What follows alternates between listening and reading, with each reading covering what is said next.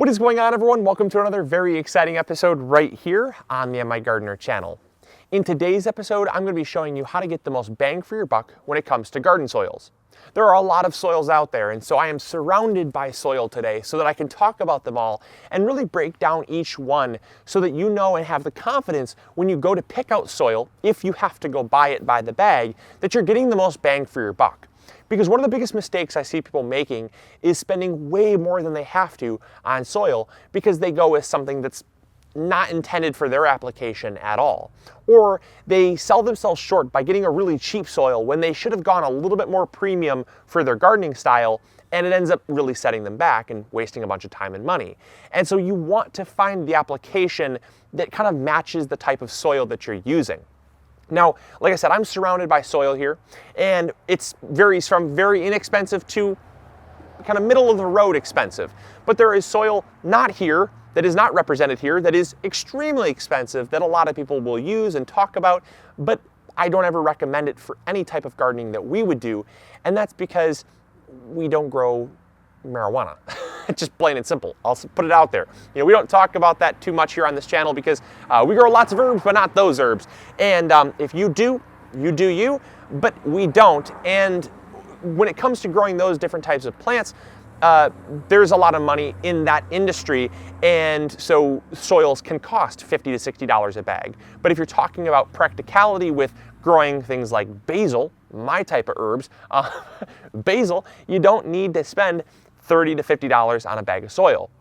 So just keep that in mind when you're growing, is that there are premium soils out there, very premium soils, but at the end of the day, what you're really paying for is you're paying for a growing medium. And that growing medium is intended to grow your plants. If it has things like worm castings or forest humus or humic acid, fulvic acid, slow release fertilizer, all of that stuff is just filler. All of that stuff is filler. When it really comes down to it, there are certain essential things that are put into these different soils that make them what they are, and then there are certain fillers that add cost or add, a premium component that don't necessarily make it any different, because you can add those yourself and you can usually save a lot of money by adding them yourself. All right, so we're going to start off with the first one, and that is topsoil. Topsoil is the most inexpensive but also the lowest quality. This is for something like filling in holes in your yard, or low spots, or if you have good quality soil already in your garden but you just want to kind of add some filler to kind of raise it up, but you don't have a good source of compost or other soils to choose from, you just kind of want to fill it up and add some filler to your garden. This would be the only thing that I would use. Now, why you would want to add filler to your soil, I don't know. Maybe it's flooding in some low spots, and so you want to raise those low spots up.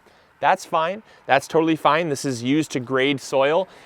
It's used to grade lawns because it's very inexpensive and it's very low quality. It does that job very well because basically topsoil is, as the name implies, it's the top of the soil. Developers will come through, they'll clear some large swaths of land, and when they do that, they'll scrape the top 1 to 3 inches of soil, and then they'll throw it in these bags. There is really not a whole lot more to it. That's why you get things like, I've unfortunately found things like glass, nails, trash. It's very dense. There's not a lot of moisture holding capabilities, but there's also giant stones in it as well. There's often a lot of sand and whatnot, and that's because it's very poor quality. They don't really take a whole lot of care with the end product, and that's because you're paying $1.20 to $1.50 a bag.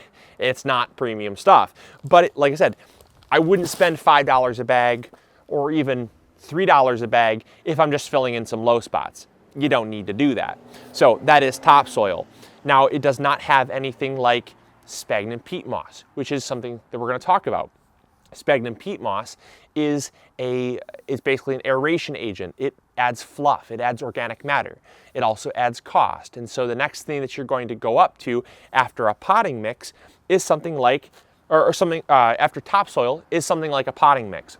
So after topsoil comes your entry-level potting mix. Now, this is the first thing that's advertised to gardeners, and a lot of people go to this because they say, well, topsoil, everyone kind of knows that it's pretty low quality, but potting mix, I'm starting a container garden, I want potting mix.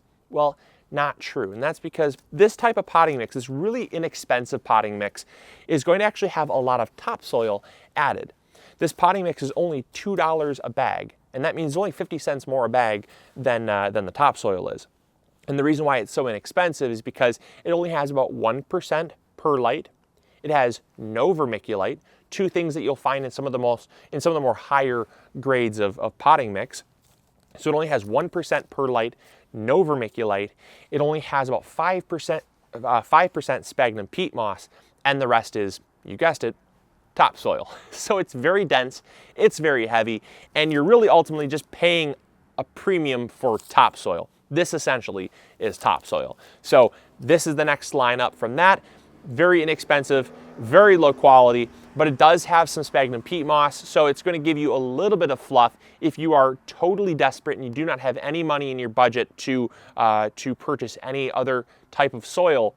This would be what I would go with over a topsoil, but I would not recommend this for anything other than, like I said, kind of desperation. You're going to find a lot of rocks and sand and junk in there that you'd still find in your topsoil. Now, the next thing up from that I actually like using, depending on your application, is your composted manure. Now, I love composted manure because it's rich in nutrients, so it's got a lot of life, it's got a lot of fertility, but it also is going to act just the same as some of your topsoil or your lower quality potting soil, only it's got way more benefit, and it's almost the same cost. This bag of composted manure was $2.50, so it's 50 cents more than the terrible bag of potting mix, and roughly about $1 a bag more than the topsoil. But what you're getting in this is you're getting all of the benefits of the topsoil and the lower grade potting soil. You're getting the filler components, but you're getting a lot of the nutrients. And so if you have an in-ground garden and you're looking to add some nutrition or you're looking to supplement your plants, this bag of manure is going to be great.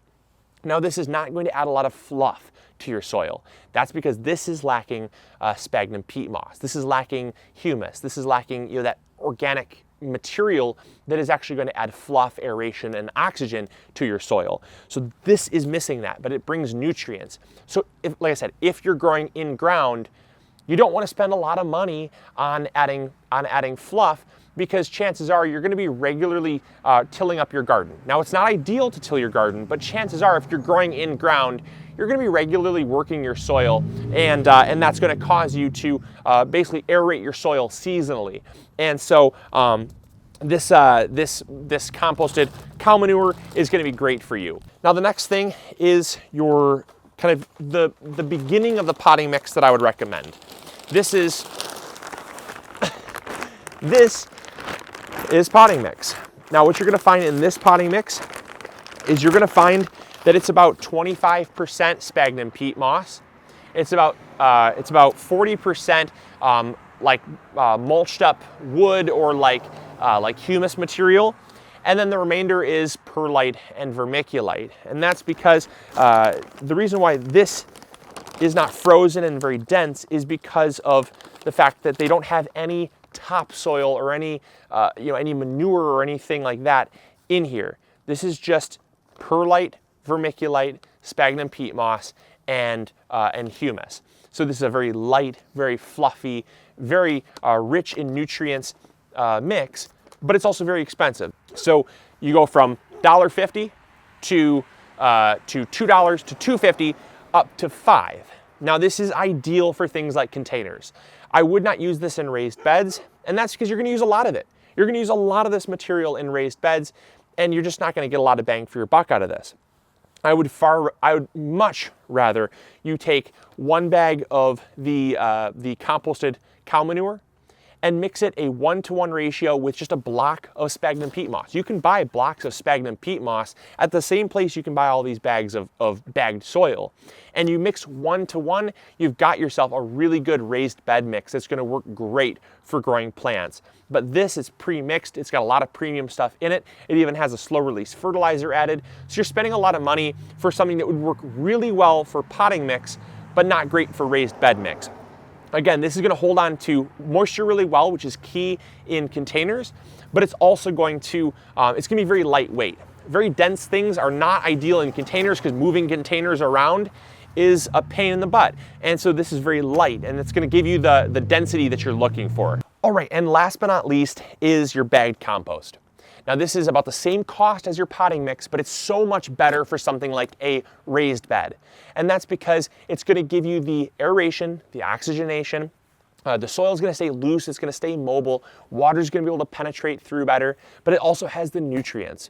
The thing with potting mix is that it's predominantly sphagnum peat moss. That's what makes it so light and fluffy. That's what makes it great for things like containers. Yes, you have to add a fertilizer to it, but it adds a lot of fluff. And fluff is great in containers because, like I said, moving them around and stuff like that, you want a lightweight container. But with something like a raised bed, they don't dry out as fast as containers. So you don't need as much moisture holding capabilities as a potting mix provides.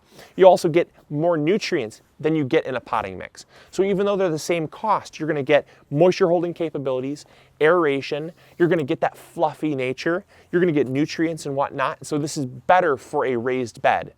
Also, what I would do, because it is the same cost, is I would actually cut this about 50% with something like a sphagnum peat moss or a coconut husk fiber.